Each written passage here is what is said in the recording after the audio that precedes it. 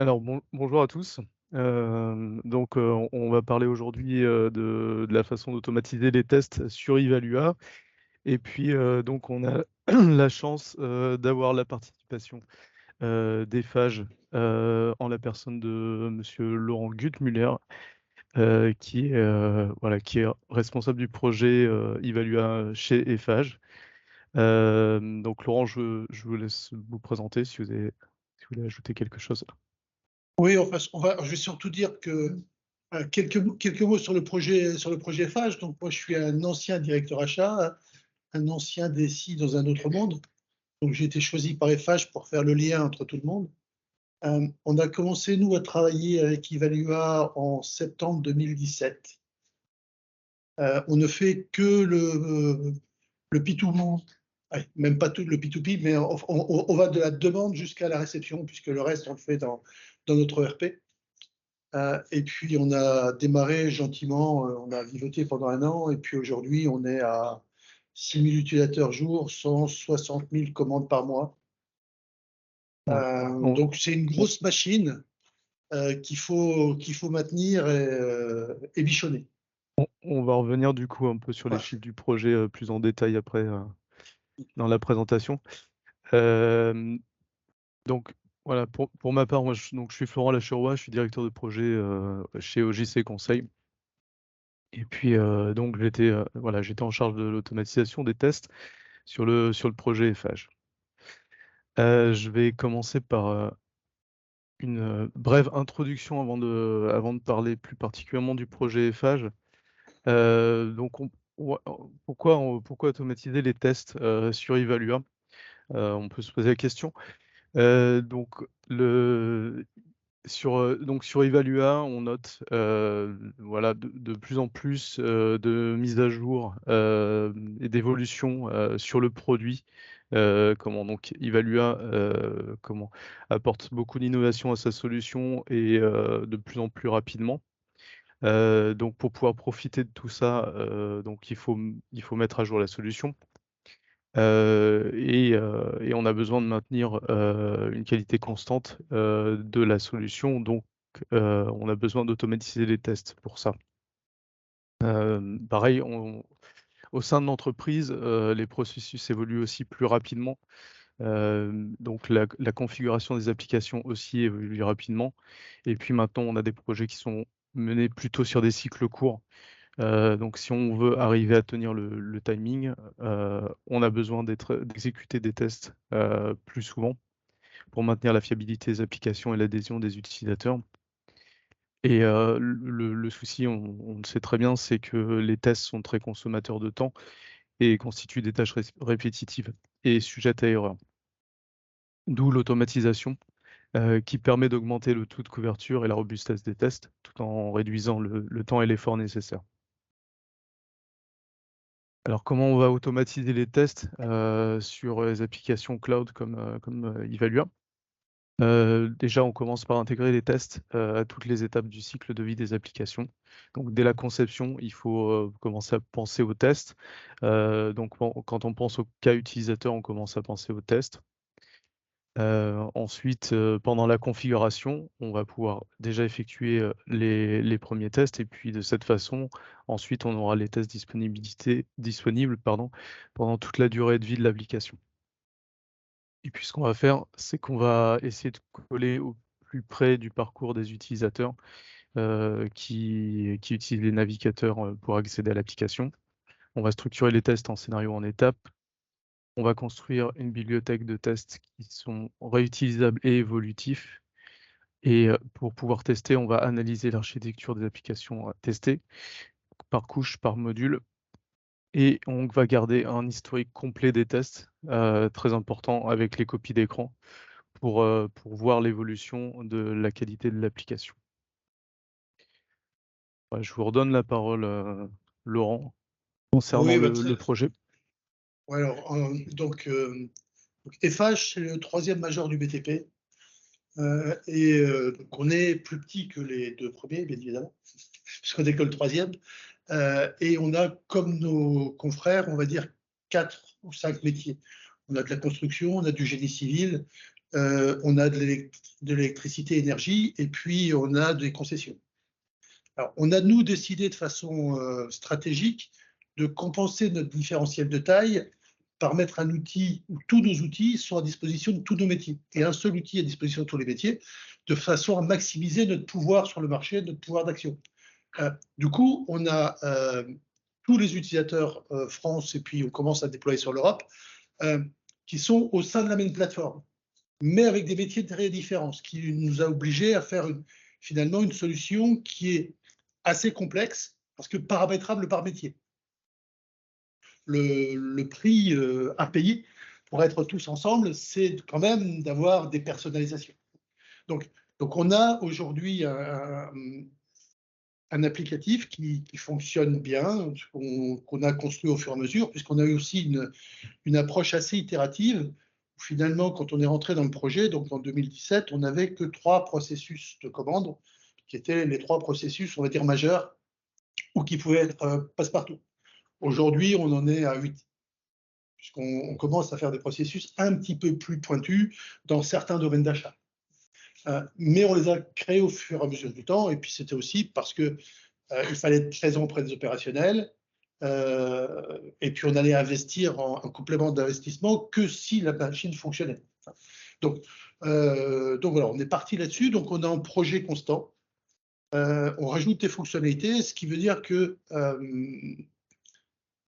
on est très à l'écoute de ce que Evalua peut nous proposer comme solution, et en même temps, on est très à l'écoute de nos opérationnels sur des nouvelles fonctions à mettre en œuvre ou sur des adaptations. De fait, on est en projet permanent, et de fait, on fait plein d'évolutions, et on a besoin, donc c'est ce que je disais, quand on a aujourd'hui 6 000 utilisateurs jour, on doit être un peu moins on est 16 à 17 000 utilisateurs par mois, 160, 150, 160 000 commandes au mois, à synchroniser avec les GPAO, à synchroniser avec l'ERP. Voilà, donc une machine qui n'a pas besoin de tousser, quoi. Du coup, on est assez sensible à ce qu'on est en train de faire. Et puis, chez Eiffage, on aime bien avoir des projets compacts, des équipes compactes. Et pour mener ce projet, en fait, on est 2. C'est compact, hein. Donc, alors, bien évidemment, on s'appuie sur l'intégrateur, par ailleurs, hein, on est 2 hors intégrateur. Et puis également, on s'appuie sur le run, en partie sur les équipes de run d'Evalua. Par contre, quand vous êtes 2, on a des utilisateurs clés, on a du support, etc. Mais ce qui veut dire que lorsque vous faites les modifications, au moment des tests, vous n'avez pas beaucoup de temps à perdre. D'où l'idée, effectivement, de se dire il faut qu'on arrive à traiter tout ça. Mais donc, nous, effectivement, on est vraiment, je dirais, c'est devenu un outil opérationnel, et qui est rentré vraiment comme un outil de production pour nous, et on le traite comme ça. Donc voilà, en quelques mots, le projet Eiffage et où est-ce qu'il se positionne chez nous. On va peut-être parler du coup maintenant plus particulièrement de la mise à jour, du projet de mise à jour. Donc qu'on a initié l'année dernière, qu'Eiffage a initié et que nous on a accompagné donc tout au long du projet, de la préparation en passant par le support à la recette jusqu'au suivi après la mise en production. Et donc c'est au sein de ce projet qu'on a mis en place l'automatisation des tests sur Evalua. Et donc je vous présente voilà quelques chiffres sur ce projet de mise à jour. Donc on a exécuté 2650 fois les tests automatisés. On évalue à peu près à 238 heures économisées sur les tests manuels. En tout, on avait 318 scénarios de tests dans le cahier de test, et on prenait 1300 captures d'écran pour chaque test exécuté sur l'application. Les enjeux du projet, bien sûr, ben, c'est bénéficier des nouvelles fonctionnalités d'Evalua via la mise à jour. Et puis, bien sûr, alors Laurent a parlé du nombre d'utilisateurs, du volume du projet. Sur de tels projets, le moindre changement a un impact énorme sur les utilisateurs et sur donc le ressenti vis-à-vis de l'application et sur le support du coup qui va avec.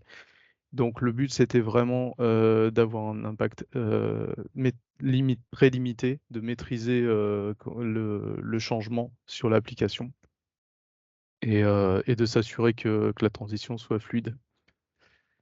Et donc de garantir la disponibilité de toutes les fonctionnalités préexistantes sans régression. Et bien sûr, quand on dit automatisation, on essaie du coup de minimiser le coût de l'UAT, le temps de la recette, tout en garantissant la qualité des livraisons. Et puis ensuite, ben, une fois qu'on a automatisé, on va tirer parti de cette automatisation pour, pour avoir des tests qu'on va pouvoir exécuter ensuite pendant la maintenance et pendant les prochaines mises à jour et sur les prochaines évolutions qu'on va faire sur le projet.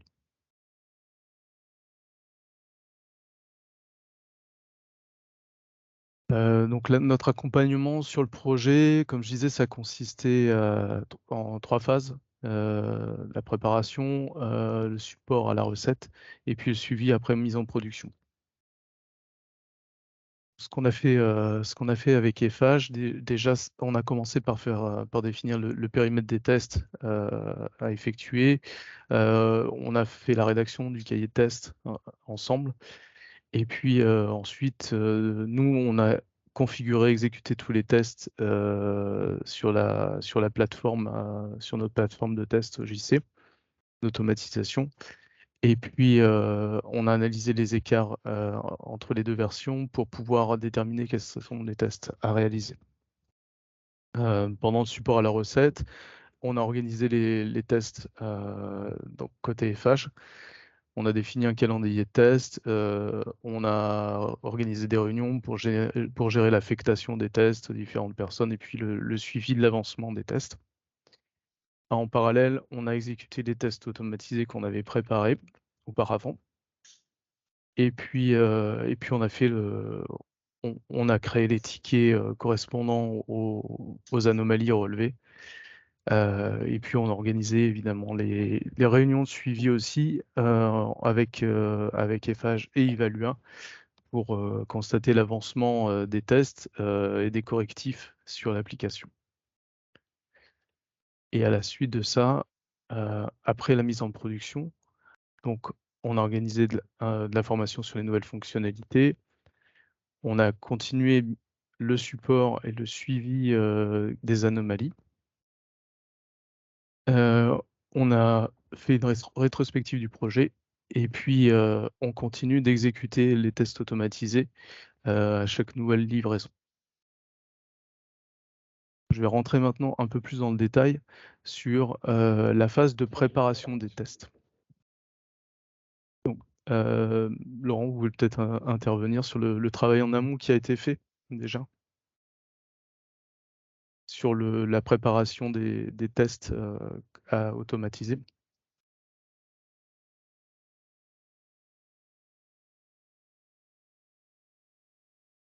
Laurent, vous m'entendez? Allô?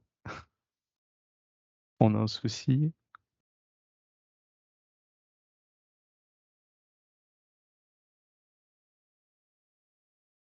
C'est un collaborateur FH sur 4. Donc sur 15 000 collaborateurs qui travaillent, dont ce n'est pas le métier de faire des appros, notre stratégie, c'est de faire en sorte que ce soit le terrain qui soit le premier acheteur. Donc on a des approvisionneurs, on a des acheteurs qui encadrent principalement, mais ce ne sont pas eux qui passent la majorité des commandes. Et puis ce qu'il faut que vous compreniez aussi, sur le BTP, on a un taux de rotation du personnel qui est important. On passe d'un métier à l'autre, d'un concurrent à l'autre au gré des chantiers et ce genre de choses. Donc, on forme les gens en moins de 2 heures à l'applicatif. Donc ça veut dire qu'on leur donne les principales bases, les principaux tutos, ce genre de choses, mais on ne processe pas de façon totale. Ce qui veut dire que les gens, dans Evalua, peuvent faire une demande d'achat en commençant par je crée l'entête, ou je vais chercher les lignes dans le catalogue, je fais du picking, je rentre directement dans un punch-out, etc. Donc il y a plein de chemins différents pour faire finalement une demande d'achat. On a 4 métiers différents, donc on a des règles de recours à l'approvisionneur qui peuvent être différents d'un établissement à l'autre. Donc tout ça, effectivement, multiplie les tests, puisqu'il faut qu'on teste un maximum de chemins. Alors quand on dit maximum, c'est les chemins habituellement empruntés par notre corps social au moment où on fait les tests. Mais comme il vit, à un moment donné, il y en a certains qui trouvent « Ah bah tiens, j'ai trouvé, ou je pense avoir trouvé telle astuce », et changent légèrement. Donc, c'est ce qui complexifie, on va dire, un peu ce que l'on doit regarder. Et on est incapable, nous, de faire des tests exhaustifs. Par contre, on va essayer de sentir comment les gens travaillent, par où ils passent, etc. D'où la partie de travail en amont qui est extrêmement importante pour, avec des relais sur le terrain, de dire mais finalement comment vous travaillez, comment vous utilisez la machine, de façon à ce qu'on teste à minima les chemins les plus courants. Et puis au fur et à mesure qu'on peut, on rajoute les chemins qui sont un peu moins courants. Et donc cette phase-là, qui est de cartographier ce que l'on fait de particulier. Donc, bien évidemment, avec 4 métiers, on a beaucoup travaillé la partie workflow. On a fait des types de DA, des types de process différents. On a rajouté des champs, un certain nombre de choses. Donc des choses assez spécifiques qu'il faut bien évidemment tester parce que là, nous, on a utilisé la plateforme pour une montée de version, pour passer de la 162 à la 172. C'est à ces moments-là que c'est le plus critique. Donc oui, il faut faire une revue des paramétrages, lister les processus, mais c'est surtout les pratiques. Parce que les processus, assez souvent, dans les process, on les connaît. Il n'y a pas, j'ai 8 processus de commande, j'ai 5 façons différentes de faire les DA, j'ai 6 façons différentes de faire les réceptions, mais après, j'ai le mix de tout ça. En fait. Donc, ça ne me dérange pas que vous posez des questions au fur et à mesure, parce que je ne vais plus me rappeler des questions. Sans aucun problème. Moi, je suis à votre disposition. Mais ce que je voulais dire simplement, cette étape amont, elle est cruciale au sens où vous devez connaître, bien évidemment, vos process, mais la pratique de votre terrain. C'est ça qui est important. Et pour ça que je l'ai brossé la complexité. Et quand j'ai vu 320, oui, ça paraît beaucoup. Mais en fait, on est loin d'avoir une couverture totale. Et pour bien comprendre, parce qu'on ne doit pas procéder de la même façon, bien sûr, vous faites des évolutions au moment des changements de version, des upgrades de version, mais également, vous faites évoluer votre processus en fonction des besoins métiers. Il y a deux. Oui. Comme nous. En fait,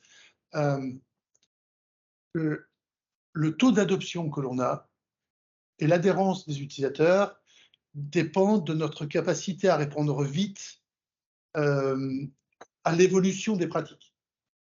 Donc Evalua vous met une version standard que vous spécifiez. Ouais, une boîte de Lego qu'on a spécifiée au départ. Ouais, c'est ça. Donc vous faites vos tests. On parle de quel test là, exactement? Alors là, on a nous utilisé la plateforme dans le cadre d'un upgrade. D'accord. Alors, en fait, on a commencé avec Evalua en version 156. On a fait à un moment donné un upgrade en 162 et là, on vient de faire un upgrade en 172. Alors, pourquoi est-ce qu'on fait des upgrades? Pas simplement pour être à la dernière version, mais c'est parce que dans la version d'Evalua qu'on va chercher, il y a des fonctionnalités que l'on veut déployer. Donc du coup, en fait, nous, on fait à chaque fois des modifications, soit pour rajouter des process, soit pour aller chercher des fonctionnalités, soit de temps en temps pour gagner en performance. Aujourd'hui, on est à 160 000 commandes par mois. Quand on a commencé, on était à 3 000 commandes par mois. on n'avait pas besoin d'avoir la même réactivité de la machine. On s'est, je vais le dire comme ça, on s'est même trompé au démarrage sur la structure qu'on allait avoir, puisqu'on n'avait pas anticipé, par exemple chez Evalua, le coût que ça avait en performance, certaines solutions qu'on avait mis en place. Vous, pour vos besoins métiers. Pour nos besoins métiers. Ce qu'il faut comprendre, c'est que, alors, on est le groupe, c'est 4 branches, mais c'est 650 filiales. C'est à peu près 150 000 chantiers différents par an. Et donc, on avait dans la structure organisationnelle descendu le chantier jusqu'à. On avait descendu la structure organisationnelle jusqu'au dernier rang, jusqu'au chantier pour nous. Et du coup, dans Evalua, ben, on a des gestions de droits qui sont très très bas, même si dans notre ERP, on ne gérait les droits qu'à l'établissement. Parce que finalement, un collaborateur peut travailler sur un chantier ou sur un autre. Donc là, on s'était trompé.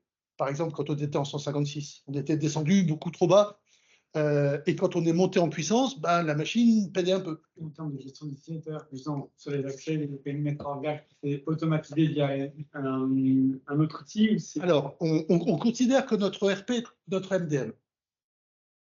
Donc, mon ERP me donne tous les jours ma base d'utilisateurs, le périmètre de droit de l'utilisateur.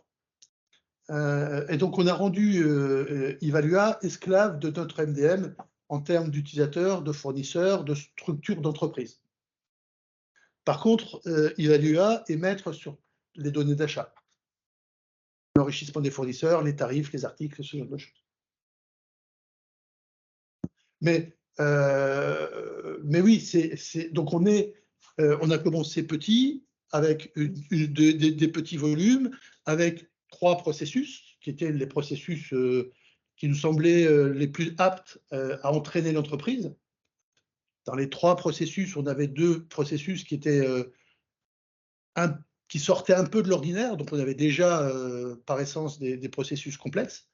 Et puis, effectivement, l'utilisation venant, les gens l'utilisant, ben, on a continué à rajouter des processus. On a commencé, alors on avait dès le départ le lien avec l'ERP pour la facturation, hein, mais on a rajouté des liens avec un outil de stock, on a rajouté des liens avec des GPAO, etc., etc. Donc on est en ce que j'appelle moi en évolution permanente. Si ça peut répondre à votre question. Alors, justement, vous faites un upgrade. Là, vous allez faire des tests, mais qui fait les tests, forcément? Ce n'est pas tous les utilisateurs, c'est votre équipe d'intégrateurs. Non, en fait, alors là, si on regarde sur la plateforme, ouais. On a voulu. Alors, les tests, on en fait on va dire, de 3 façons différentes. On a un test sur le processus, sur les fonctions qu'on est en train de développer, etc., qui sont. On va tester, on fait de la recette, et on fait de la recette avec l'équipe projet, donc les 2 personnes dont je parlais, plus une tête de pont dans la direction achat. Puisqu'on a aussi, nous, choisi, de façon stratégique, de faire le déploiement de l'outil à travers la direction achat. Enfin, ça leur plaisait plus ou moins, hein, mais en fait, ils ont compris leur intérêt, qui était de dire, non seulement je passe une pratique, mais je passe en plus l'esprit et ma politique achat. Je suis moi mieux à même que n'importe qui d'expliquer pourquoi un utilisateur n'a le droit de travailler qu'avec des gens qui sont homologués, parce que ça représente mon panel. Pourquoi celui-là n'est pas dedans? Parce qu'il n'est pas dans la politique achat. Donc pour gagner en crédibilité, on s'est dit c'est la direction achat qui va déployer. Et comme c'est la direction achat qui déploie, bien évidemment, elle s'est structurée avec un noyau de support dans la direction achat qui participe aux recettes avec nous des nouvelles fonctionnalités. On cible en avant-première sur de la formation un noyau de super utilisateurs. Avec cette direction achat derrière, on en a à peu près 250. Et puis après, effectivement, on fait du déploiement. Mais donc ça, c'est les nouvelles fonctionnalités. Ce que l'on fait également, c'est, et ça c'est important avec Evalua, c'est des tests de non-régression.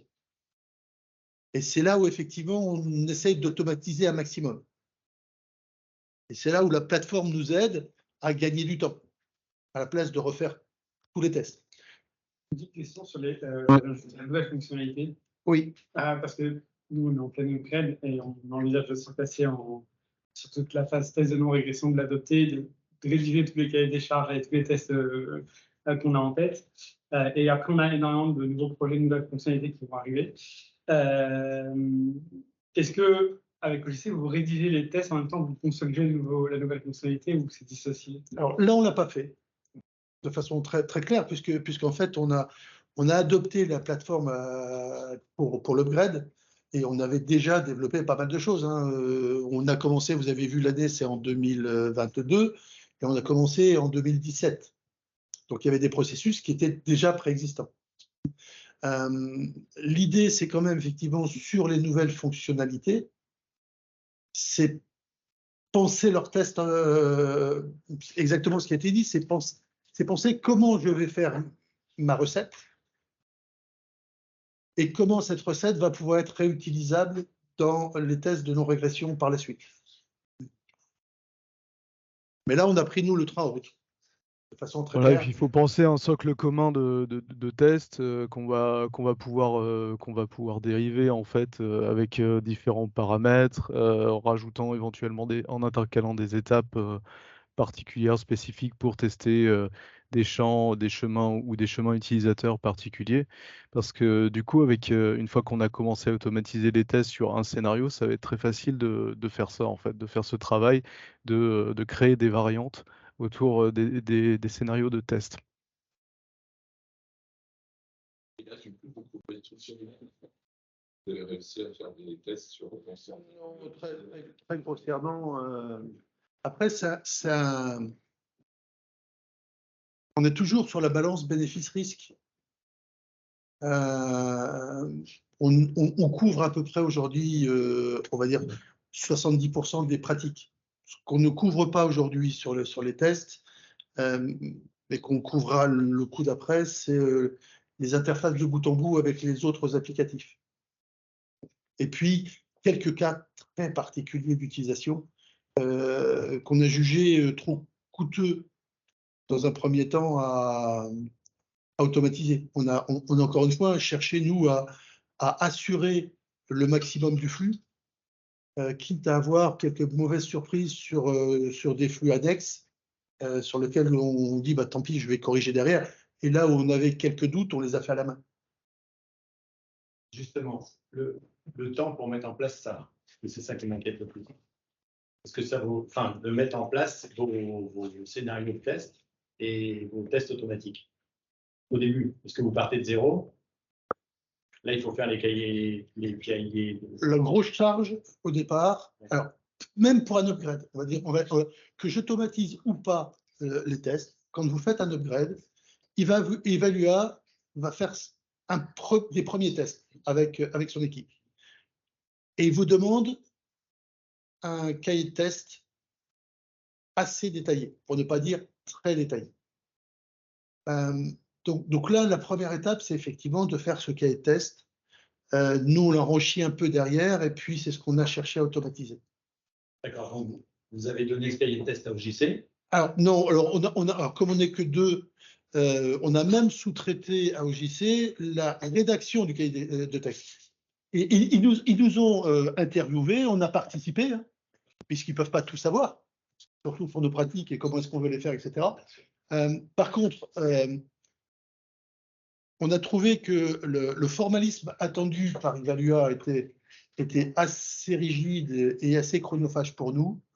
Donc, très grossièrement, on l'a soufflé. D'accord. Et ça a pris combien de temps, à peu près, pour démarrer la première fois en 2022? Je vais laisser Florent.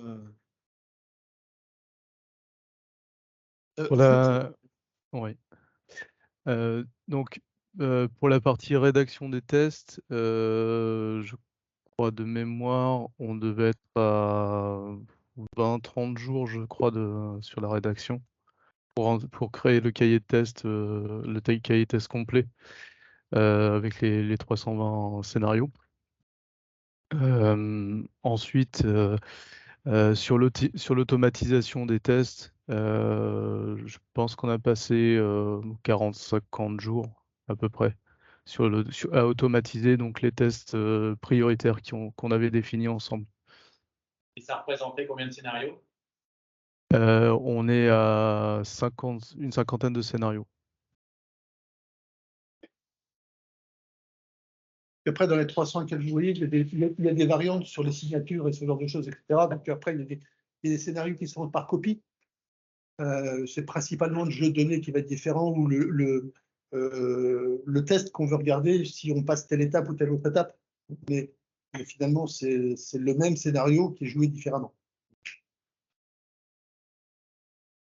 Donc oui, il y a un coût conséquent au départ. Et c'est là où, effectivement, pour répondre à la question, hein, c'est sur les nouvelles fonctionnalités, pour ne pas avoir à chaque fois un gros coût de mise en œuvre, l'idée, c'est de dire, dès que je fais une nouvelle fonctionnalité, je sais déjà comment je veux vouloir la tester. Moi, je regarde, parce qu'on est en pleine upgrade, nous, et on a tellement de livraisons. On est en premise, donc on a tellement de livraisons à chaque fois. Nous sommes en SaaS. Et à chaque livraison, en fait, on doit faire les tests de non-régression. Et du coup, alors SaaS ou on-premise, ça ne change pas. Moi, ma direction informatique est très frustrée qu'on soit en SaaS, donc, par moment, parce qu'ils se disent qu'ils seraient nettement plus autonomes, parce qu'ils pourraient tuner la machine tout seul, parce qu'ils pourraient regarder un certain nombre de choses. Le fait d'être en SaaS ou on-premise ne change pas les tests que vous avez à faire, ça change votre organisation et qui fait éventuellement la fluidité entre les partenaires, mais la charge de travail reste la même. Et donc, comme vous évoluez en permanence, vous retouchez régulièrement vos tests tout le temps. D'accord. Il n'y a pas de tests qui vont rester comme à l'initial. Alors, si, puisqu'en fait, quand on dit on évolue, par exemple, on a 3 process de base. Donc, on a la commande ferme classique, on a ce qu'on appelle la commande comptoir, et on a une espèce de commande contrat un peu particulière qu'on appelle chez nous le contrat d'approvisionnement. Ces processus-là, quand on ne les fait pas évoluer, les tests restent identiques.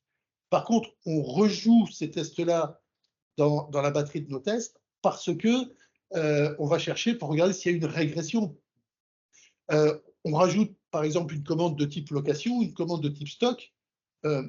Donc l'idée, c'est de rajouter des tests sur ce type de commande. Et quand on relance la batterie de tests, ben, on a des tests supplémentaires. Donc quand on va chercher des fonctions, quand on décline un process différent, quand on change des workflows ou une partie du workflow, on rajoute des tests. Ouais, c'est ce qu'on a fait aussi finalement pendant la préparation. C'est qu'on a procédé de façon itérative. On a créé des tests de base qu'on a déployés, qu'on a testés, qu'on a exécutés sur la version 162. Et puis ensuite, comment on a dupliqué ces tests, on a rajouté des paramètres, on a changé quelques paramètres, et puis on a étoffé comme ça le jeu de test qu'on avait, et on a pu exécuter ensuite à chaque livraison l'ensemble des tests de non-régression. Donc on retestait systématiquement tous les tests, tous les DA, les commandes, les réceptions, les contrats. Je vais reprendre peut-être un peu le fil de la présentation.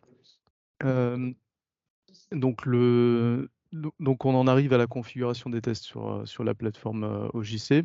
Donc comme je disais, on a mis au point les tests sur la version 162, puis on les a exécutés entièrement.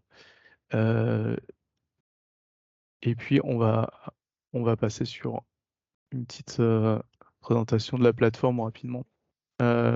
Donc ça, c'est l'exécution d'un test. Ça ressemble à ça. Donc dans la configuration du test, on commence par effectuer toute la saisie de données. Donc là, on est sur la création d'une demande d'achat. On fait toute la saisie de la donnée. Ensuite, on fait la sauvegarde de la donnée. pour valider que les données passent dans le système, dans la base de données. Et puis ensuite, on va lancer toutes les vérifications sur les données, toutes les données saisies, également les données qui sont calculées. Donc, on va vérifier tous les montants, les totaux, les adresses qui sont déduites automatiquement de l'organisation en fonction du demandeur. Voilà, on va tester vraiment toutes les automatisations et vérifier que toutes les règles sont bien toujours présentes, qu'on n'a pas de régression là-dessus.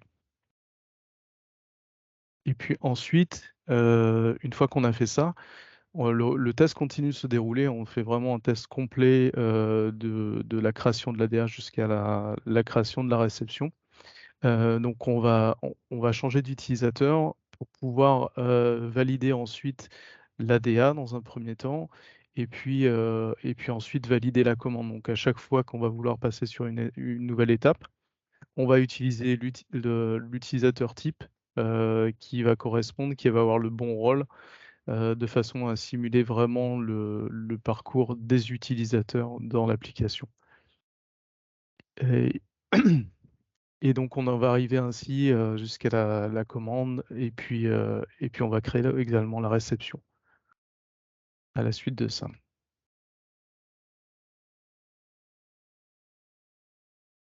Donc, lorsqu'on a reçu la nouvelle version d'Evalua, on a pu exécuter tous les tests automatisés sur cette nouvelle version. On a fait quelques adaptations vis-à-vis de la nouvelle version. Donc parfois, on pouvait avoir une valeur à modifier parce qu'on avait des données de test différentes sur l'environnement ou ce genre de choses. Et puis ensuite, on a exécuté les tests manuels, donc qui étaient complémentaires de ces tests automatisés. Donc les tests automatisés déjà permettent de faire un filtre en fait sur ce qu'on reçoit sur la livraison reçue d'Evalua. Et donc on fait les tests manuels complémentaires du même domaine que si les tests automatisés sont passés sur la version qu'on a reçue. Donc ça permet d'économiser du temps sur cette partie-là. Et puis ensuite donc on a consolidé toutes les erreurs qu'on estimait identiques dans les tickets. Donc ça, il y a un travail d'analyse à faire pour identifier, même si on a X tests qui sont tombés en erreur, on va pas créer X tickets.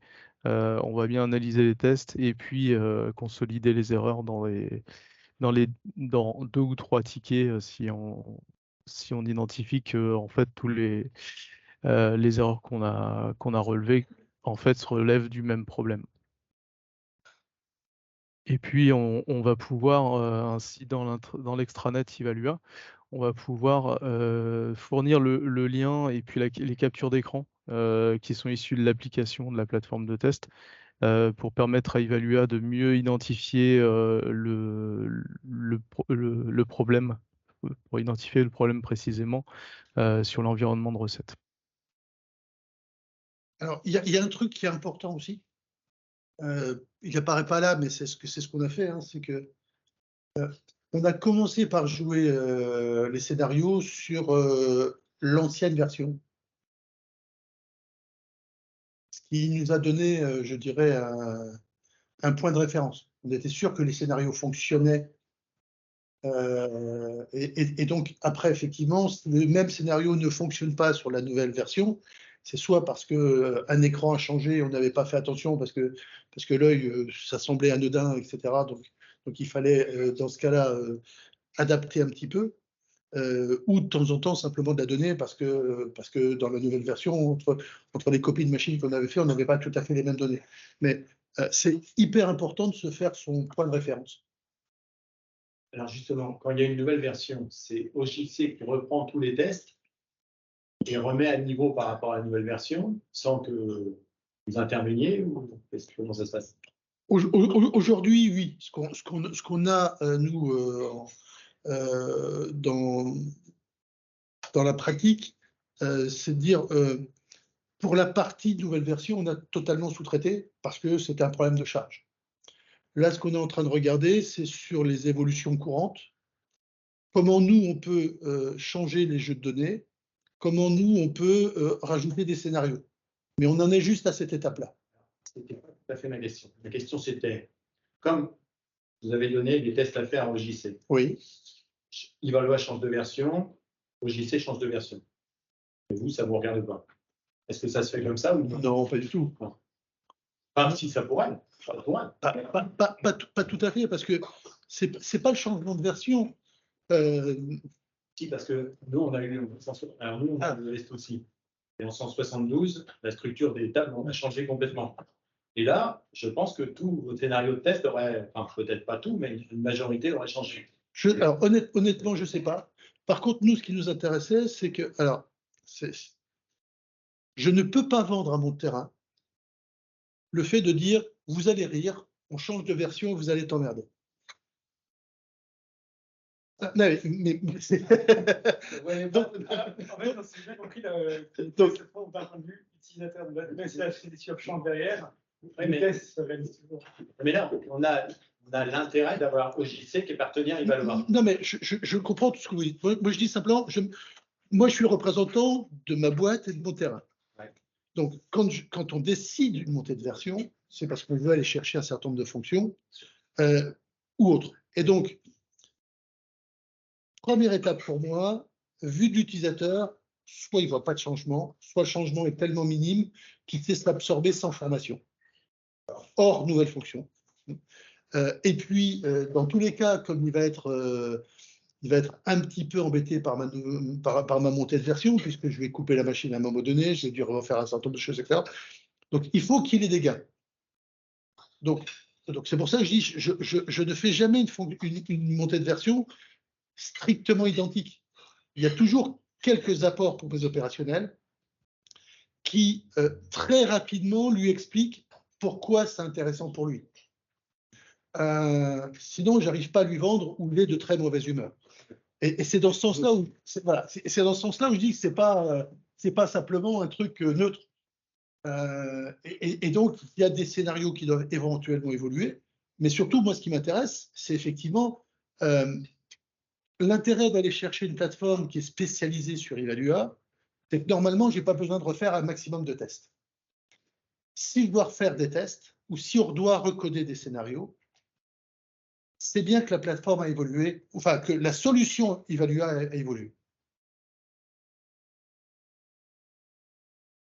Ouais, je pense que c'est important de faire la différence aussi entre les évolutions solutions. Chez OJC, c'est pas de dire et vos tests seront toujours bons, quelle que soit la version d'Evalua. C'est pas ce qu'on a acheté. C'est pas ce que vous avez acheté. C'est pas ce qu'on a acheté. C'est important, en fait, ce que vous dites. Par contre, tu fais des gains, ça fait des gains en version. Ça fait compliqué avec Evalua qui a son site sur le fait qu'il n'y a pas d'évolution durant la version. La seule évolution qu'il y aura, ce sera éventuellement l'ergonomie ou des nouvelles fonctionnalités standards, type le blog qui change, mais il n'y a pas réellement de gain. Il faut prévoir alors soit vous êtes un filou comme moi. En fait, ce qu'on a fait, si on rentre on rentre dans la technique projet. Ce qu'on a fait, c'est qu'on a posé quelques améliorations dans l'ancienne version masquées, avec des droits particuliers. Que bien sûr, on avait dans la version donc on pouvait tester en tant qu'administrateur. Et quand on a livré la nouvelle version à nos utilisateurs, on a la nouvelle ergonomie, on a quelques fonctions complémentaires et 2-3 fonctions qu'on avait anticipées et qu'on a livrées en moment, de façon à rendre la mariée plus belle et l'adoption plus facile. Mais là, c'est que de la technique projet. Après, on s'est battu un peu avec Evalua sur 2-3 trucs qu'on voulait mettre. Mais par exemple, on est passé en 172. On a jugé qu'on allait on allait chercher notamment le Surge 360. On a décidé qu'on le ferait après, parce que ça nécessitait un travail plus conséquent sur la partie catalogue, et on n'allait pas le passer comme ça, en fait. Hein, donc voilà, on choisit, même parmi les fonctions standards, celles qu'on va délivrer, celles qu'on ne va pas délivrer. Pour rendre l'intérêt de l'opérationnel, on a intégré 2-3 petits trucs en avance de phase qu'on a livrés au moment de l'upgrade. Et on s'est beaucoup battu sur quelques points avec Evalua pour pouvoir faire des choses.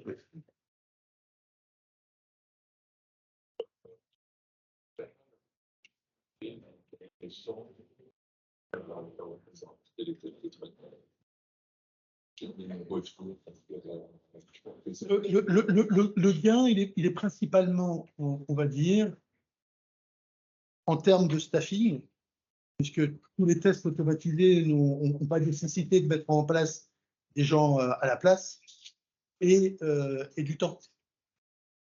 Parce que, en fait, ce qui est très intéressant dans le test automatisé, c'est que la première fois que vous le passez, vous avez un certain nombre d'écarts.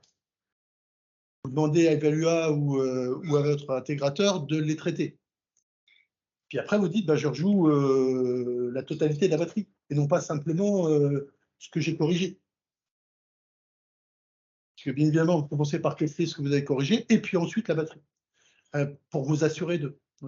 Alors ça, c'est un des tests. Je ne vous ai pas totalement répondu tout à l'heure quand je vous dis qu'on faisait 3 types de tests. Donc on a bien les tests nouvelles fonctionnalités ou évolutions qu'on fait. On a les tests de non-régression. Et nous, Eiffage, on a un outil pour faire des tests de montée en charge, de performance.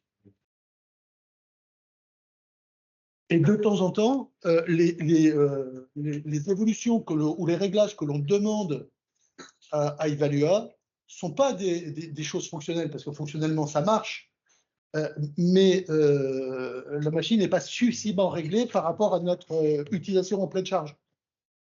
Donc, quand on repasse, nous, nos tests de performance, on peut aussi dire « je ne suis pas satisfait de la réactivité de l'écran, de ce genre de choses, etc. » Et donc, Evalua, remettez-vous au fourneau, tunez, faites des index, faites quelque chose. C'est moins de la config que du serveur ou de la...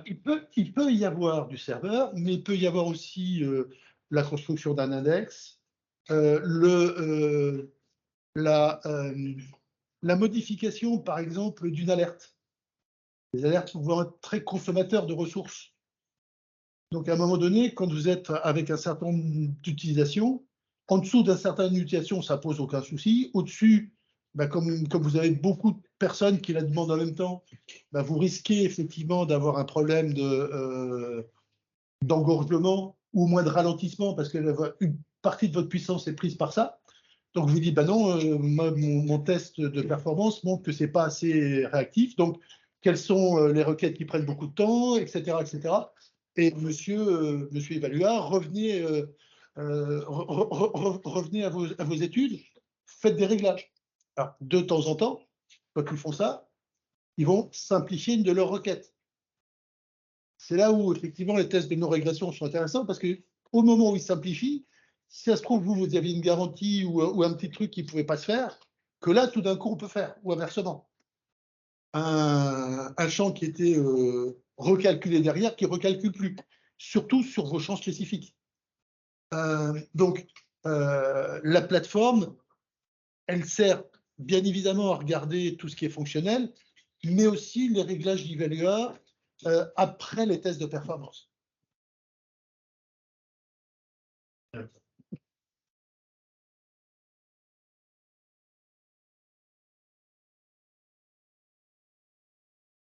Alors, comment on déroule les tests sur la plateforme de test?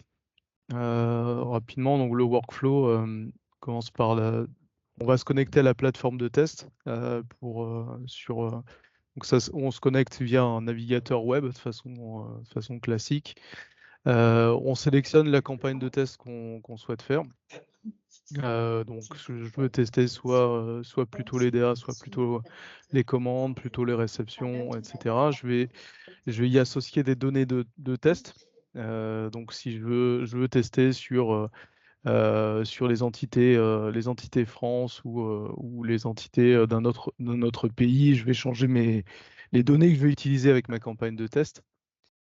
Et puis ensuite, je vais pouvoir lancer les tests. Donc l'exécution des tests se fait dans la plateforme. La plateforme se connecte à l'environnement Evalua qu'on a choisi. Donc on peut aller exécuter les tests sur différents environnements, ce qu'on a fait pour le projet Phage. Au long du projet, on a dû réexécuter les mêmes tests sur différents environnements. Et puis ensuite, la plateforme stocke les résultats, stocke les captures d'écran qu'on va pouvoir aller consulter pour pouvoir faire l'analyse des résultats. Et puis ensuite, on va aller déclarer les tickets correspondants sur l'extranet Evalua si on a détecté des anomalies. Un peu vite. Donc là, dans la plateforme, comment ça se traduit quand on fait l'analyse de résultats? Donc on a notre déroulement du scénario à gauche avec les différentes étapes. Avec la saisie des données dont j'ai parlé, la sauvegarde, etc., les vérifications de données. Et puis là, ici, dans le cas présent, on voit qu'on a une erreur. À la vérification de données, donc on est allé voir si on avait un champ qui était bien rempli automatiquement. Et puis ça n'a pas été le cas, comme on avait un paramétrage qui avait sauté. Donc on a la capture là, de l'erreur qui nous permet de vérifier visuellement où ça se situe, si le champ comment effectivement est en erreur comme l'indique la plateforme. Et puis donc ensuite on a le lien en dessous vers le cas de test dans l'environnement Evalua. Donc avec ces éléments déjà on va pouvoir orienter Evalua vers le problème et puis leur permettre de résoudre le souci. Petite question, je ne sais pas si vous m'entendez. Oui, je vous entends bien, pas de problème. Si je teste en tant qu'acheteur et que je n'ai pas les droits d'admin, par contre j'ai une erreur qui génère on va dire un donné non sauvegardé ou et que je n'ai pas accès normalement aux détails de l'erreur SQL, est-ce que vous, votre système, va la capturer quand même ou ça, il faudra aller la chercher manuellement? Non, bah, le système, il simule vraiment un utilisateur, donc il va se retrouver dans les mêmes conditions que l'utilisateur. Donc si l'utilisateur n'a pas l'accès aux données, il ne pourra pas le faire. Par contre, vous, derrière, comme vous avez le lien de l'objet, potentiellement, vous êtes capable de refaire, par exemple, l'enregistrement sur le même objet et puis de capturer ensuite l'erreur SQL ou le message d'erreur qui intervient à ce moment-là.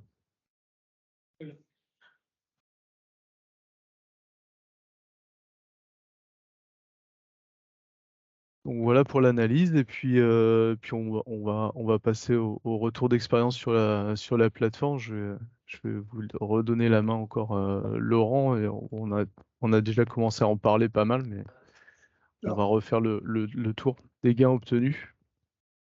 Alors pour compléter par rapport à ta question, nous en fait on utilise la plateforme comme un outil de détection. Au sens, on se dit que c'est comme chercher une dizaine d'aiguilles dans une meule de foin. On ne sait pas s'il y a 10 aiguilles, mais on se doute qu'il y en a. Et donc l'idée, c'est pas tant d'avoir un diagnostic complet, mais c'est de dire l'erreur est là. À partir de ce moment-là, on a une première analyse qui nous permet de dire j'ai l'écart. Et là, moi, je le rejoue manuellement avec une première fois un rôle d'administrateur qui me permet de lever tous les problèmes de droit. Et puis avec un rôle utilisateur similaire à celui qui est dans le test. Et c'est à partir de ce moment-là qu'effectivement, on est capable de bien comparer, de se dire c'est un problème de profil, c'est un problème de paramétrage qui a sauté, etc. Et on aime bien avoir le regard humain et la compréhension humaine, parce qu'un des risques de l'automatisation, c'est à un moment donné de lui faire aveuglément confiance. Donc voilà, on aime bien nous refaire. Mais effectivement, là aussi, ça nous fait énormément gagner du temps parce que faire des tests un peu partout pour essayer de trouver les aiguilles, c'est très consommateur. Vous ne savez jamais que vous les avez toutes trouvées. Là, on vous montre où elles sont. En parlant de gain de temps, vous avez dit que vous aviez gagné 238 heures économisées. Alors, je suppose que si vous les avez fait manuellement, oui, c'est ça. Mais quand vous faites un upgrade de version, par exemple, est-ce que vous avez vu des gains au global entre le moment où vous démarrez l'upgrade et le moment où vous terminez? Je ne suis pas sûr de comprendre la question. Sur le temps de... Les problèmes à évaluer. Alors, avant 2022, de mettre en tête automatiquement, un upgrade durait combien de temps et maintenant, est-ce que ça dure moins longtemps? L'upgrade a duré le même temps en tant qu'upgrade en tant que tel. D'accord. Il était moins complexe puisqu'on avait moins de process et moins d'utilisateurs. Entre les deux, on avait rajouté un module. Donc le périmètre n'était pas le même. C'était pas le même périmètre. L'autre chose qui est effectivement important à comprendre, c'est que le passage de la 162 à la 172 pour Evalua est un passage majeur, 72 et plus. Parce qu'effectivement, dans les tables, il y a beaucoup plus de différences. On n'a pas ressenti le même risque et le même gêne quand on est passé de la 156 à la 162. Donc, est-ce que ça a accéléré l'upgrade? La réponse est non. Notamment parce que dans pas mal de spécifiques qu'on avait fait, on a eu du retravail. Du retravail pour deux raisons. Parce que les tables avaient changé dans Evalua, etc. Et également parce que la philosophie d'Evalua a changé. Aujourd'hui, ils acceptent beaucoup moins de code qu'avant. Non, mais ceci veut dire que quand on avait un certain nombre de spécifiques qui ne se passaient pas, qui avaient été faits en code,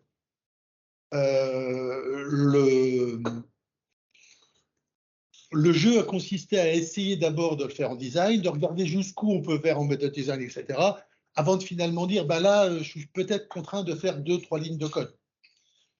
Vous faisiez ça pendant votre programme? Ah oui. Et sans indiscrétion, ça vous prenait combien de temps? Là, celui-ci, si on neutralise la période des vacances, parce que ça s'est passé à Pinte, on a 6-7 mois.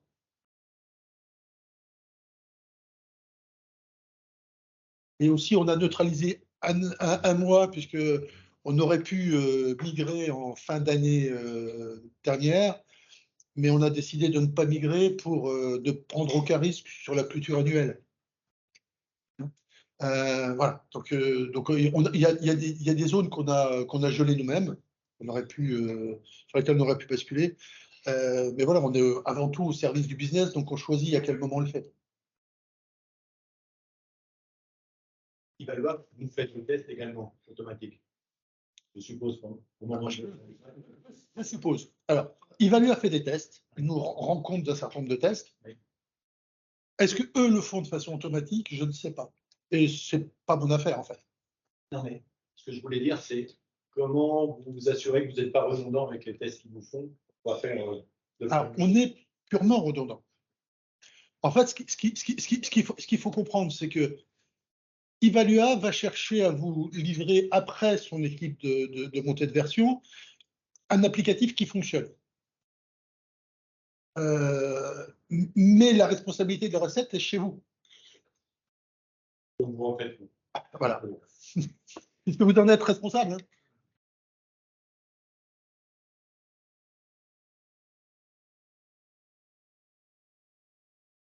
Vous faisiez comment avant 2022? On prenait un petit peu plus d'utilisateurs. On prenait plus de risques, puisque finalement, même en montant un peu l'équipe, on faisait moins de tests ou on faisait moins de scénarios. Surtout, on faisait moins de variantes. C'est-à-dire que dans les variantes chez nous, par exemple, il y a, je vais reprendre la commande simple, on a 4 métiers. Dans les métiers, il y a au moins 3 façons différentes de travailler. Donc, on testait le scénario dans 2 métiers avec la variante la plus importante. Là, on l'a testé dans 4 métiers avec quasiment toutes les variantes qu'on connaissait. Excusez toutes mes questions. Mais... On est là pour ça. Vous avez aperçu avec vos tests automatisés que la qualité que vous aviez après vos upgrades était meilleure? Réellement, on a eu moins de déconvenus sur la partie fonctionnelle. Un ticket de bug. Ouais. Là où on s'est mal débrouillé, c'est sur les interfaces. Et comme les interfaces, on les avait traitées de façon manuelle et pas en automatique avec le scheduler, etc., parce qu'on n'avait pas mis en place un paysage de test de bout en bout avec tous nos applicatifs, là, ça nous a coûté un peu cher. Donc, les prochaines migrations, même pas montée de version, les prochaines livraisons qu'on fera, etc., qui seront un peu impactantes, on est là en train de monter un paysage de test de bout en bout avec tous les applicatifs de façon à tester la chaîne complète.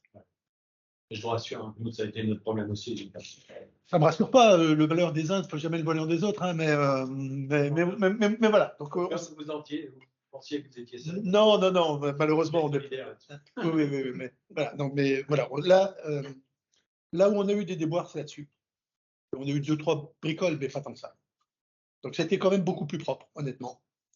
Notamment l'environnement de signature électronique, ça me posait pas de problème. On l'a pas encore.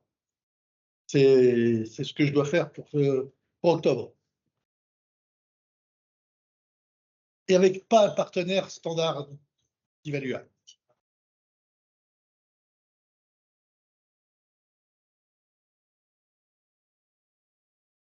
Non, mais voilà, très bénéfique. On a été surpris par l'investissement à faire au départ, sur la rigueur du test, sur le jeu de test. Donc, c'est vraiment le coup à payer. Ouais. Et ce serait à faire pour simplifier. À faire un upgrade sans une plateforme de test automatisée, non.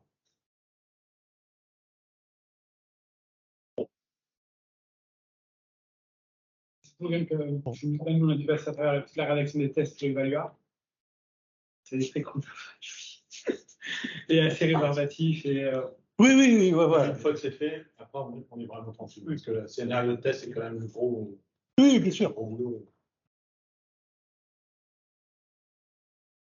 Le test, c'est pas trop. Alors, nous, on a sur Sim to Contract, on n'a pas de P2P, mais sur Oracle. Là, sur le module contrat B2C, on a plus de 400 tests. On a tellement comme profils différents, les valideurs, les acheteurs retour, les acheteurs. C'est ça. Hein. Que nous, c'est un outil corporate qui est développé, qui est déployé dans toutes nos filiales aussi dans le monde. Donc, en fait, nous, on avait déjà une autre plateforme historiquement qui faisait le source to contract. Donc, on a décidé de laisser la plateforme vivre sa vie tranquillement. Et là, très grossièrement, on est en train de se reposer la question de qu'est-ce qu'on va migrer d'un côté ou de l'autre. Non, on a Jaeger.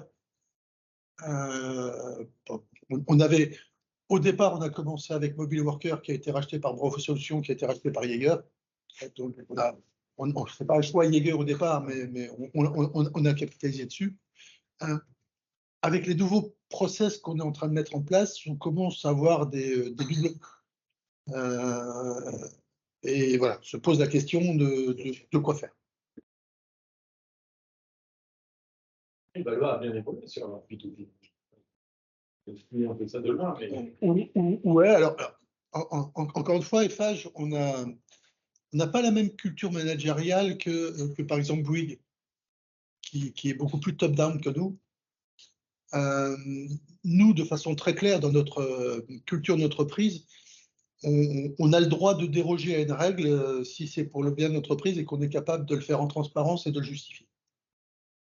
Ce qui, pour des systèmes d'information et des process, c'est horrible, parce que vous ne pouvez pas dire voilà la pratique. Mais c'est marqué vraiment dans nos valeurs écrites. Donc, du coup, c'est de l'adoption par le terrain. Et ça nous amène effectivement à une grande variabilité, à une grande écoute. Et du coup, c'est pas que ça complexifie les choses, mais effectivement, vous êtes obligé d'avoir un esprit suffisamment ouvert pour dire j'aurai en même temps, même si c'est pas bien, 4 façons de faire. ça complexifie les choses. Alors, Que nous, c'est pareil. Alors honnêtement, ça complexifie le projet, ça simplifie énormément l'adoption, le déploiement et la conduite du changement. Donc je regarde la totalité, Bien. je ne suis pas sûr. Parce que les gens ont du mal au changement. Donc à partir du moment qu'on leur donne quelque chose de nouveau, pas grand-chose à changer, c'est compliqué. Obligatoirement, c'est compliqué. Oui. Mais Donc, effectivement, ils veulent toujours faire comme chez vous, je ne sais pas comment ça marche. Chez nous, c'est assez simple, hein. Vous trouvez 2-3 promoteurs qui sont assez bien vus. Il y a quelques suiveurs qui suivent, et puis après, les derniers se regardent en champ de faïence en disant non, au-delà de ça, non, c'est même pas il faudra bien vous suivre. C'est ne voulant pas être le dernier, mon camarade qui dit je ne bouge pas non plus, est-ce qu'il n'est pas déjà en train de bouger pour que je sois le dernier? Donc l'enjeu, c'est de mettre la machine en route. Et là, effectivement, le fait d'avoir des pratiques différentes vous permet d'avoir effectivement cet effet d'entraînement qui est assez intéressant. Et puis, on a des métiers qui sont très différents. Donc, ce qui marche dans un métier, l'autre métier dit que ça ne marche pas forcément chez lui.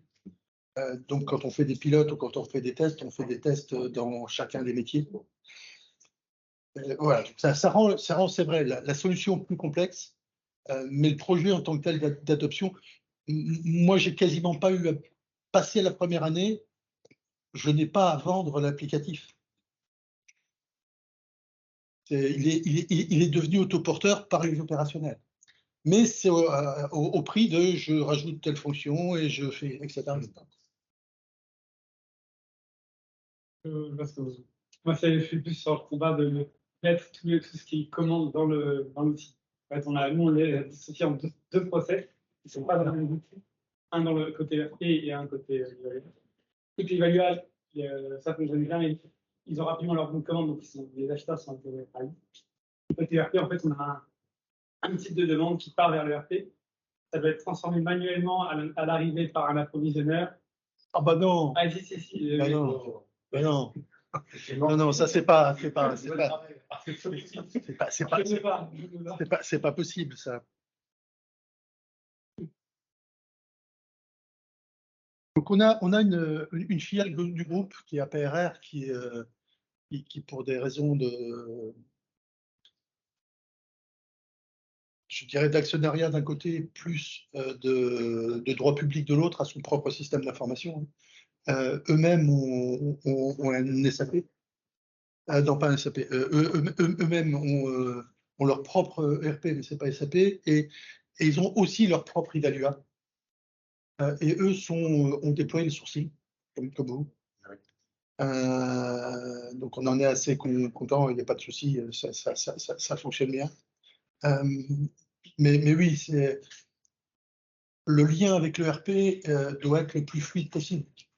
Par exemple, sur cette filiale, eux regrettent, par rapport au déploiement, ce qu'on a fait sur le reste des phases, c'est que la signature des commandes chez eux, elle se fait dans leur ERP.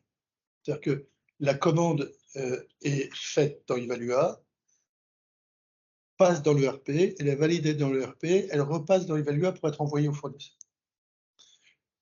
Nous, on a fait l'inverse, on a fait la commande, elle est validée dans Evalua, elle part au fournisseur et en parallèle, elle part à l'ERP pour comptabilisation. Ce simple petit changement de paradigme fait que c'est beaucoup plus lourd et il souffre. Donc, si effectivement vous avez une reprise manuelle, c'est encore pire. Oui, non, mais voilà. Donc nous l'approvisionneur, alors on en a quelques-uns, hein. L'approvisionneur travaille dans Evalua. Même quand on a lié Evalua à des GPAO, la GPAO nous envoie son plan de besoin validé. On passe la commande dans Evalua, on la signe, on l'envoie à la comptabilité et on la renvoie à la GPAO pour qu'ils puissent mettre à jour leur calcul de besoin net. Mais tout se passe dans Evalua. Sinon, ça devient trop complexe et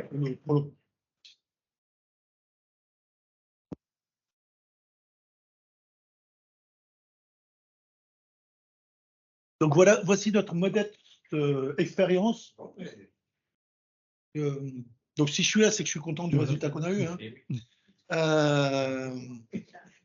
Même si au JCM Coding, je suis assez exigeant, que je préférerais être un tout petit peu plus autonome sur la création des tests et ce genre de choses. Mais honnêtement, dans ce qu'on travaille. Oui, voilà. Donc c'était la suite logique. Voilà, mais c'est réellement le résultat qu'on attendait était au rendez-vous. Très bien. Merci Laurent. On a fini pour la présentation. Voilà, on peut continuer ensuite les échanges. Je peux répondre à toutes les questions que vous voulez, hein, pas de souci.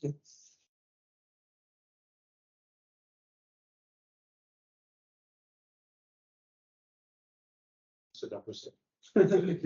Même si c'est pas sur la plateforme, hein, c'est pas.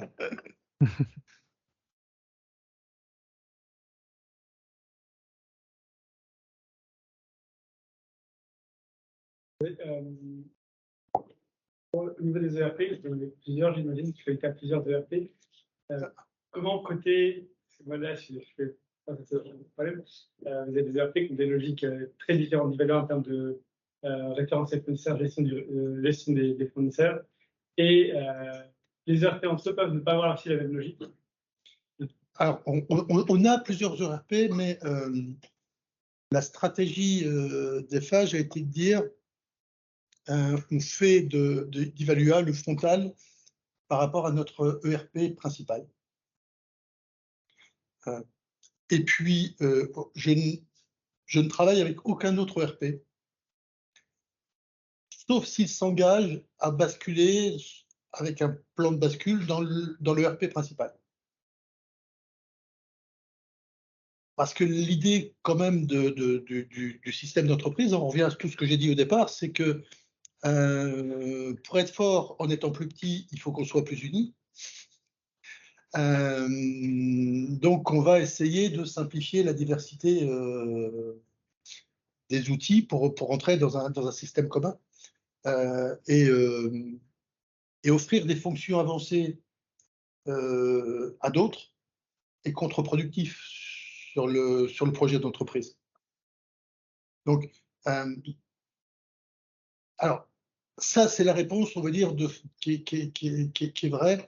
Si on regarde un petit peu plus en détail, à l'intérieur de notre ERP, notre ERP a une partition, parce qu'on appelle un référentiel pays, qui est grossièrement comme si on avait un sous-ERP pour l'Allemagne, pour l'Espagne, pour la Belgique, ce genre de choses, etc. Et donc, on a reproduit cette partition à l'intérieur d'Evalua.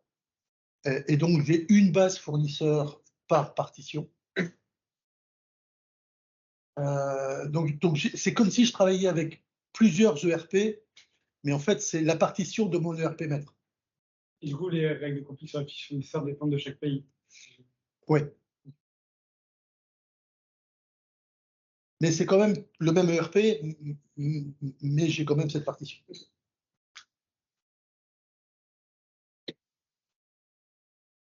Après, là, je suis en train de travailler avec la Belgique qui a accepté de dire je vais rentrer dans le chemin de fusionner sur le premier. Donc là, on est en train de faire un projet sur lequel je vais faire une partition particulière pour la Belgique, travailler les référentiels quand même avec le RPM majeur qui va être le MDM. Par contre, toute la partie comptabilité sera avec le RP belge. Le temps de la migration comptable. Vous avez demandé sinon les points de confidentialité entre pays. Les pays étrangers refusent de ça, c'est. Oui, non, mais je comprends.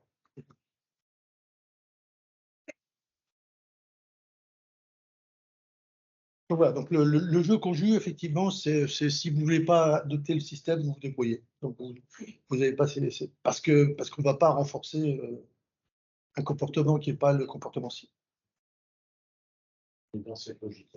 Mais voilà, c'est un problème de stratégie d'entreprise, hein, c'est pas. Ça sort pas. S'il y a des questions à distance aussi, n'hésitez pas, hein, on est à l'écoute.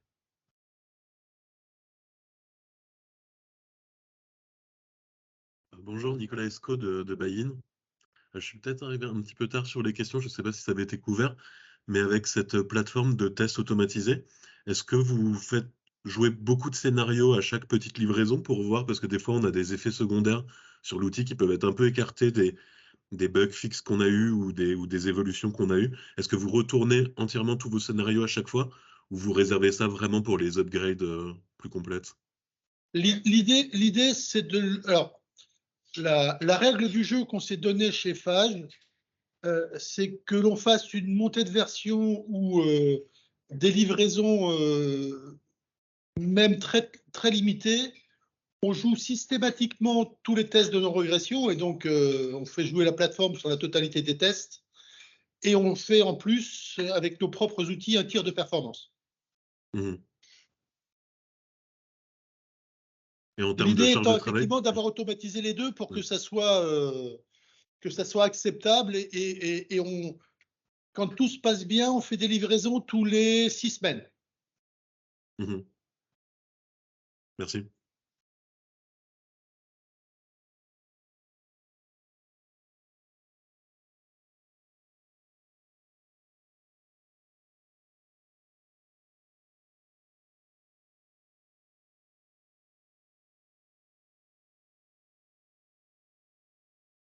Bon, on a été clair alors, Florent. Ouais, on dirait, ouais. Il n'y a plus de questions. Hein. Même pas trop de réactions. Ouais, bon, après, on a pas mal échangé pendant la présentation aussi.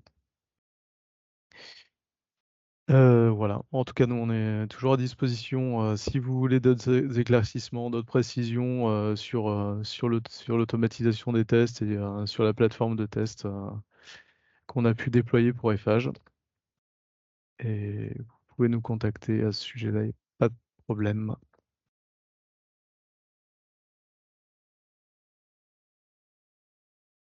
Bien.